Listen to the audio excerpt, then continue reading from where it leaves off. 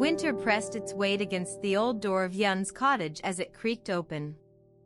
Outside, a returning soldier, no longer in uniform, stood hesitantly under the faint moonlight. His face was gaunt and his eyes hollow with long nights spent beneath foreign stars.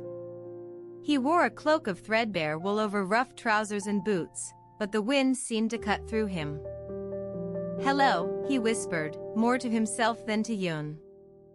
"I've been walking for days." Yun's small lantern flickered in the entryway, casting shadows that danced along the walls inside the cottage. She stepped out into the cold, her hands folded neatly across her stomach, a gesture of welcoming and quiet inquiry. "Come," she said softly, stepping back to let him in. "You must be hungry." The soldier nodded, his eyes darting around as if searching for something he could not name. Inside, Yun set before him a bowl of steaming broth with bits of meat floating on top, noodles swimming beneath the surface like memories. He hesitated, then reached out to take the bowl from her hands. "Thank you," he said, his voice catching in his throat as if to say more but not knowing what. Yun sat across from him at a small wooden table while he ate, saying nothing. The room was filled only with the sound of spoons against bowls and occasional sips. Once or twice, she glanced up at him, her eyes asking questions without words, questions about where he had been, who he might have become. When his bowl was empty, Yun refilled it again from a pot on the stove. As she did so, she noticed his hands trembling slightly around the spoon, and for a moment, both of them were lost in thought, their minds far away yet present together. "Tell me about your home," she finally said when he seemed ready to speak. "What was it like?" He looked at her as if seeing her clearly for the first time.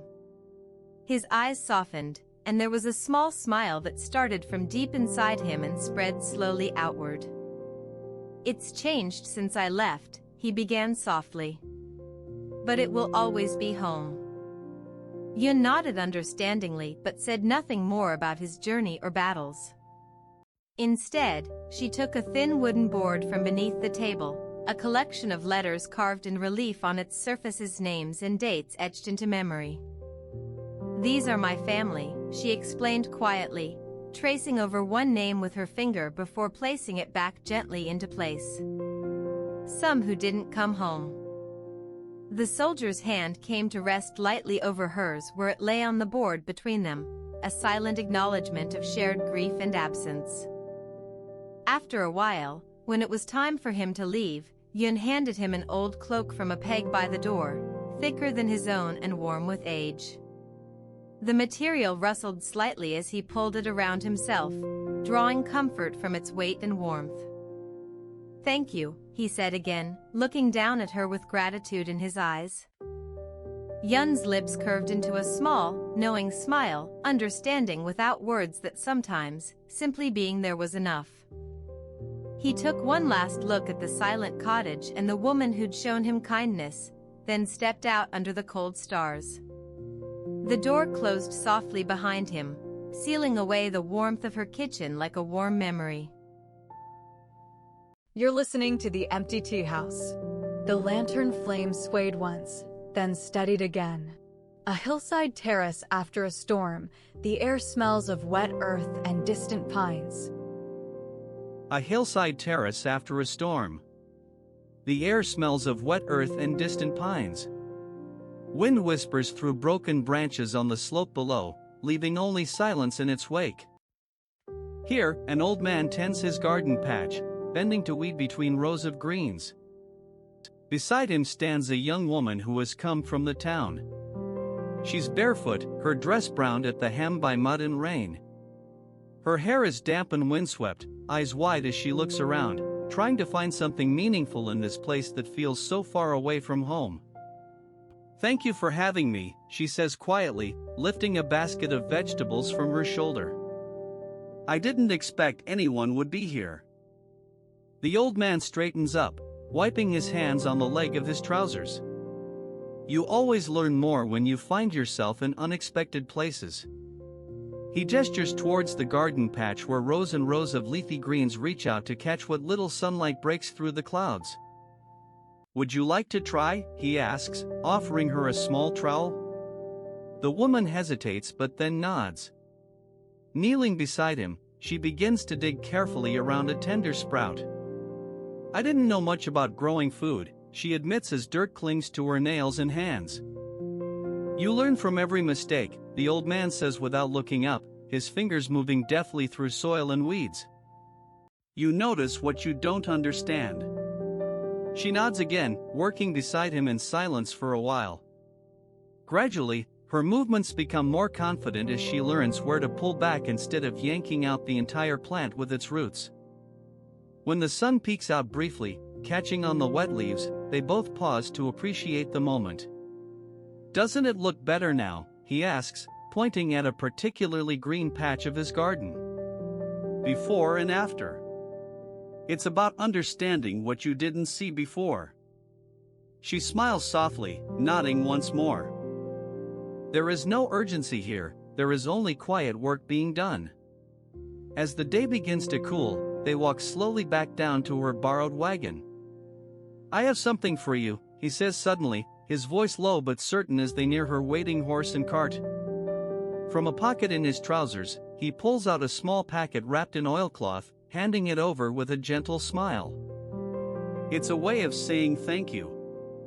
Her fingers touch the cloth tentatively before unwrapping it to reveal several dried herbs and wildflowers pressed flat against each other.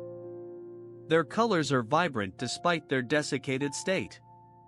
She holds them up to her nose and breathes in deeply, looking at him with gratitude she finds hard to express through words alone. "I'll remember this," is all she can say. With a nod of acknowledgement, the old man watches as she gathers her things. Just before she mounts her wagon, he steps forward silently, lifting one hand. For an instant, she thinks he might give her another gift or perhaps share more wisdom with his eyes. Instead, he simply touches her shoulder lightly and then lets his fingers fall away. In that brief moment of human contact, there is no need for explanation, they both understand what has been shared without words. As the wagon moves off down the hill, its wheels turning smoothly on the wet road, she turns back once more to look at him standing there alone in his garden patch.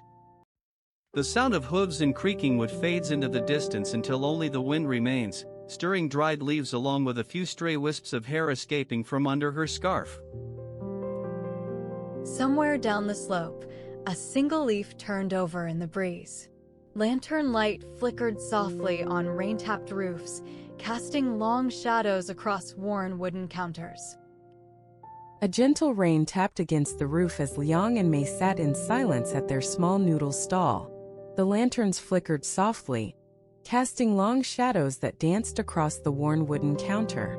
They had opened the door early on this quiet evening, welcoming a rare visitor who sought shelter from the cold. "Hello," said the stranger, wrapping his hands around a steaming bowl of noodles Liang handed him. "Your warmth has saved me." Mei stirred a pot behind them, her movements measured and calm.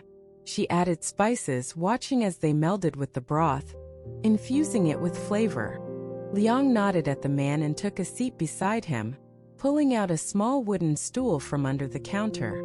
They ate in company, but each mouthful was consumed silently, wrapped in their own thoughts. As Liang slurped his noodles, he noticed the stranger's hand tremble slightly, the skin thin and marked with time. After finishing his meal, the visitor thanked them again and placed a few coins on the counter. He reached into his cloak for something heavier, a silver pendant carved like an ancient symbol, and set it there too. The weight of it gleamed softly in the lantern light. Liang opened his mouth to speak, but Mei's hand covered his wrist lightly, reminding him of their custom here. When a guest leaves offerings, they do not decline them out of politeness or pride. Instead, Liang returned the stranger's thanks with another silent nod, watching as he stepped outside into the rain. Once alone again, Mei turned to find her husband looking at the pendant in his palm. It was smooth and cool under his fingers, a thing of beauty but also unfamiliar. "Do you know what it means?" May asked, wiping down the counter beside him. No, Liang said honestly. I do not. She met his eyes then, understanding dawning between them without words. A moment stretched as they considered their visitor's gift, and what lay behind it. Liang set the pendant on a small shelf above their stove where they kept trinkets brought by other grateful guests over years. As he did so, May pulled out a handful of fresh noodles from beneath the counter, placing them in water to soak. They sat together again as the rain slowed and finally ceased outside. The stall was warm now with a low hum of activity behind them.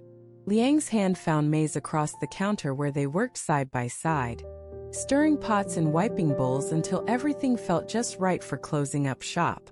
Just before dawn, when the light began to shift at the edges of their world, Liang looked over his shoulder at the pendant hanging above him. Its shine caught in the early rays and flickered slightly against the wall beside it. With a quiet sigh, he turned back to the task at hand and continued preparing for another day's work. Simple, necessary, and shared. The pendant's reflection played quietly on the wooden counter beneath it. Under the dim glow of lantern light, leaves rustled slightly in an otherwise still late autumn orchard. Under the dim glow of lantern light, Han and his wife, May, sat quietly on their porch. The late autumn orchard was still, save for a slight rustle from leaves that clung to branches. They had brought out 2 small stools and blankets, but neither spoke much. Tonight felt different. Han sipped his warm tea slowly, letting the steam rise before him in languid curls. May watched, her eyes softening when she saw how he closed them briefly, as if enjoying the warmth on his face. She reached into her pocket, pulled out a folded piece of paper, and placed it gently beside him. "What's that?" Han asked without urgency. May smiled softly but didn't speak. Instead, she unfolded the letter herself, revealing neatly inked lines in her handwriting, words addressed to an old friend who had moved far away. She read aloud. "Autumn is here now, and the fruit trees are nearly empty.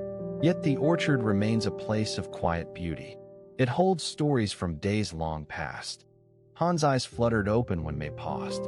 "You're sending this?" he asked. She nodded slowly, rolling up the letter again with care before placing it back into her pocket. She leaned closer to Han, as if sharing a secret. "Writing letters helps me remember," she said softly. "Remember how things used to be and how they've changed." Han took another sip of his tea. The silence between them was not uncomfortable. It felt like an old friend who knows your stories without needing words. He looked up at the darkening sky, where a few stars were starting to show. "Do you think she'll know just by reading?" he asked, almost to himself. May nodded again, her eyes tracing the path of a leaf floating down from the tree above them. "I hope so," she whispered, more to herself than Han. They sat that way for some time longer, watching as night slowly claimed the orchard and wrapped everything in its embrace.